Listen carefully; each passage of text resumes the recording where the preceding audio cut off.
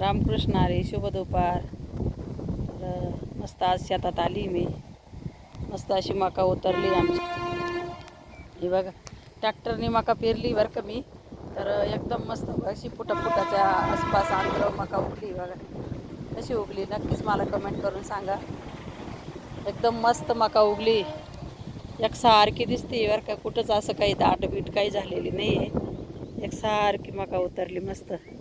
आणि केण्याचं गवत पण झालं आहे त्याच्यामध्ये बघा, असं जागी जागी. दुसरं काही गवत नाही आहे, पण आता हे केण्याच्या गवताला औषध मारावं लागेल, नाहीतर मग उचलून घ्यावं लागेल हे केनं. कारण औषधाचं काही खरं नाही राहत, कधी रिझल्ट देतं कधी नाही देत रिझल्ट. तर अशी मस्त मका उतरली आहे एकसारखी बघा एकदम. म्हणजे मला हसले प्रश्न पडला होता ते बा, कबद दाट नको व्हायला बा जास्त, आणि जास्त पातळ बी नको व्हायला. कारण मका जर कधी जास्त पातळ झाली ना तर वावर अंगावर पडतं, रिझल्ट कमी पसतं, धान्याला ॲव्हरेज कमी देतं. तसंच एकसारखं उगलं ना तर मग एकसारखं एकदम रिझल्ट मस्त बसतं. असं लय पातळ बी नको, लय दाट बी नको. ही जी आहे ना आता अशीच यायला पाहिजे. मस्त वाटतं, एकदम मस्त पेरणी झाली मकाची बरं का. आता फक्त हे गवत, केण्याचं गवत आहे त्याच्यामध्ये, ते उचलून घेऊ आणि आळ्याचं औषध मारून देऊ. आता आळ्याचं औषध मारणं खूप गरजेचं आहे. त्याला आता लगेच औषध मारावं लागेल आम्हाला. आळ्याचं खूप गरजेचं आहे, आळ्याचं औषध मारणं. तर मस्त असं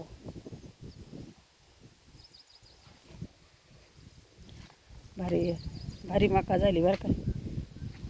बरेच दिवस झाले आम्ही मका केली नव्हती. उन्हाळा मका केली ती, पण पावसाळी करतच नव्हतं आम्ही मका. हे बघा सगळ्या वावरात असं केनंच उगेले. केनंच जास्त आहे, उचलून घ्यावं लागेल केनं सगळ्या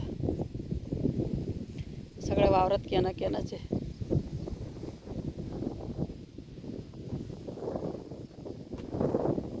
दुसरं काहीच नाही, केनाचे फक्त. तर यावर्षी म्हटलं मकाच करू, कारण नाही का ती सोयाबीन पण खूप अशी फुटून जाती, वेळेवर सोंगले नाही गेले का नुकसान होती. खूपच सोयाबीनीचं मस्त भरपूर टेन्शन राहतं. त्याच्यामुळं म्हटलं आता यावर्षी मकाच करू आपण, जाऊ द्या मरत आहे. बघा सगळं म्हणजे केनं जास्त उगलं आहे बरं का मकामध्ये.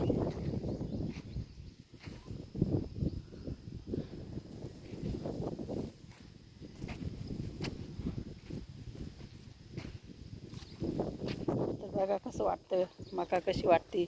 ही इडन मी तूर केली थोडीशी घरच्या.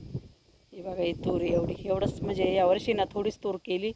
म्हटलं बरी घरच्या पुरती झाली, बाद झाली. मागच्या वर्षी खूप केली ना, खूप हाल झाले आमचे. काढायचे, सोंगायचे, ती परत झोडायची, तयार करायची, खूप अवकाळा होत्या. आणि करायला पण कोणी नाही. त्याच्यामुळं म्हटलं मरू द्या, खायपुरते 2-3 पायल्या जरी झाले ना बाद झाले, मरू जाऊ खायपुरते. 4-1 पायल्या आरामशीर होतील एवढ्यामध्ये. जेवढे म्हणजे 2 पायल्या बी झाले आणि पायली बरं झाले ना तरी वर्ष निघून जाईल. कारण मागच्या वर्षीची आहे डाळ बनवलेली, त्याच्यामुळं म्हटलं बरी थोडीच जाऊ दे, मरू दे. काढायला पण लय अवकाळा होते, मजूर भेटत नाही एक तर टायमावर. लय खूप म्हणजे खूप अवकाळा होत्या काढायच्या बी. तर असं मस्त एकदम मस्त मका झाली बरं का. आता हे आळ्या माळ्याच काय करतील तेव्हा काय माहिती आता.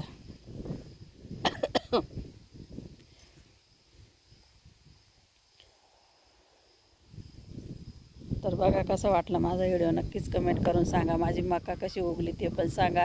यावर्षी काय वावराकडं मी जास्त लक्ष दिलं नाही आहे. तिकडं दुसरीकडं राहायला गेल्यामुळं जसे पेरले तसे वावरात पण नाही आले. आजच वावरात आली. तर काय माहिती आता कसं होतं आहे पुढं, ते काही सांगू शकत नाही. पिका पाण्याचं काय पीक काढणं होतं का नाही होतं दुसरं परत. आता जे काढलं आहे मकाचं बरं का. चला बघा कसं वाटलं माझा व्हिडिओ, नक्कीच मला कमेंट करून सांगा. रामकृष्ण हरी.